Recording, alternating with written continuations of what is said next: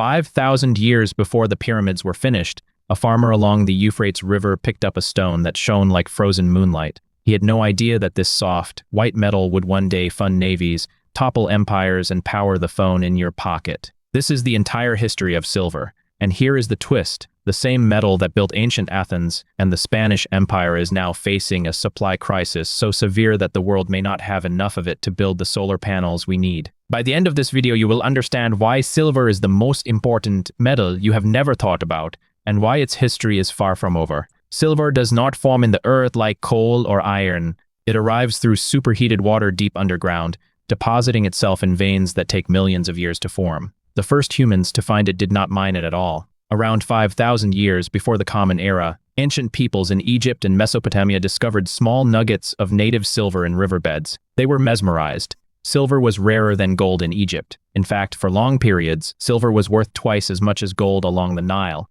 The metal was linked to the moon, to the sea, and to the gods. Early alchemists called it luna, and they stamped it with a crescent moon symbol. But raw silver was almost always mixed with lead, which made it nearly useless. That changed with one revolutionary invention. Between 4,000 and 3,500 years before the Common Era, miners in the Aegean Sea and Anatolia discovered cupellation. By heating silver-bearing lead to extreme temperatures, base metals oxidized and burned away, leaving only pure silver behind. This single technique unlocked civilization. Suddenly, silver could be extracted at scale. And scale is exactly what happened at Laurion, near Athens. In the 6th century before the Common Era, the Laurion mines became the largest industrial operation in the ancient world. Archaeologists have found the remains of 2,000 ancient shafts there.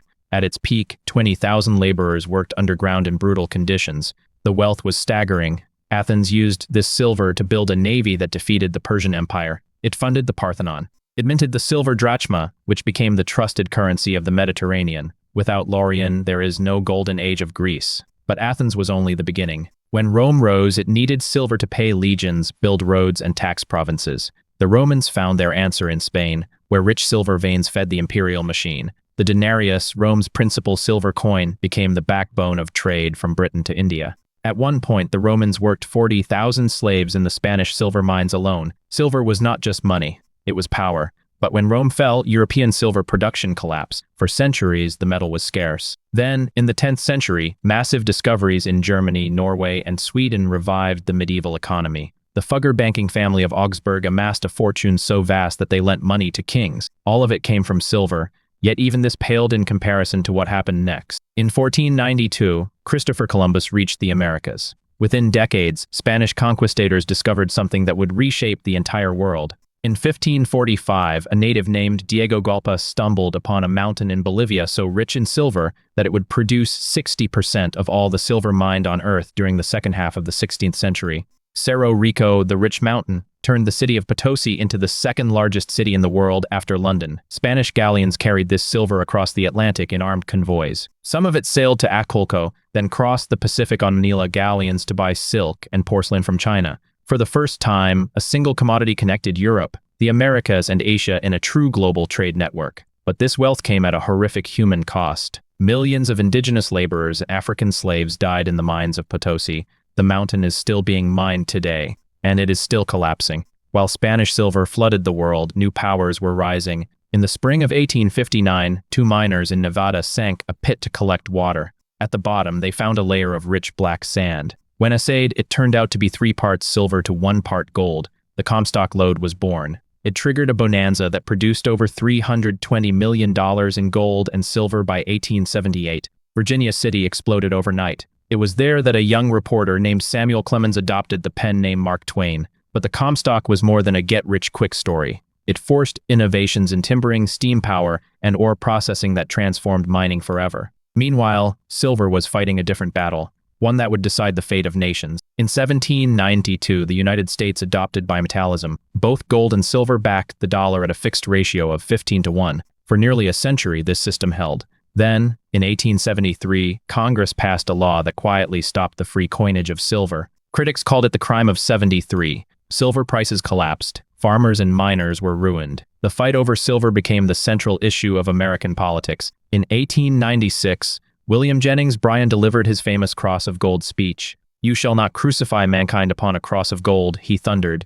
He lost the presidency. In 1900, the Gold Standard Act ended bimetallism for good. Silver was officially dethroned, but it was about to find a new kingdom. In the late 19th century, photographers discovered that silver halides were sensitive to light. Silver became the invisible eye of the camera, capturing images on film and paper. For over a century, photography was the largest industrial use of silver. Then digital cameras arrived, and that market evaporated. Most people assumed silver was finished. They were wrong. Silver has the highest electrical conductivity of any metal on Earth. It also has the highest thermal conductivity and reflectivity. These properties make it irreplaceable in modern technology. Today, solar panels use silver paste to conduct electricity from every cell. In 2024 alone, solar photovoltaics consumed approximately 232 million troy ounces of silver. That is nearly 1/5 of total global demand. Electric vehicles use roughly double the silver of gasoline cars. And here is the critical detail. About 70% of all silver is not mined directly. It comes as a byproduct of copper, zinc, and lead mining. That means silver supply cannot simply ramp up when demand spikes. In 2024, the world faced a supply shortfall of approximately 195 million troy ounces. That is the fourth consecutive year of deficit. Above-ground stockpiles are finite, and every solar farm, every electric vehicle, and every smartphone is pulling from the same shrinking pool. From the Euphrates to the solar farm, silver has been the hidden thread running through human civilization. It paid the soldiers of Rome, launched the first global economy. It nearly tore America apart, and now it stands at the center of the green energy transition. The same metal that ancient Egyptians wore around their necks is coating the electrical contacts inside your device right now. The history of silver is not a museum piece. It is happening today. And the next chapter may be the most dramatic yet. Because if the supply crisis continues, the metal that built empires could become the metal that decides which nations power the future. That is the entire history of silver. And if you loved the video, give my team a sub,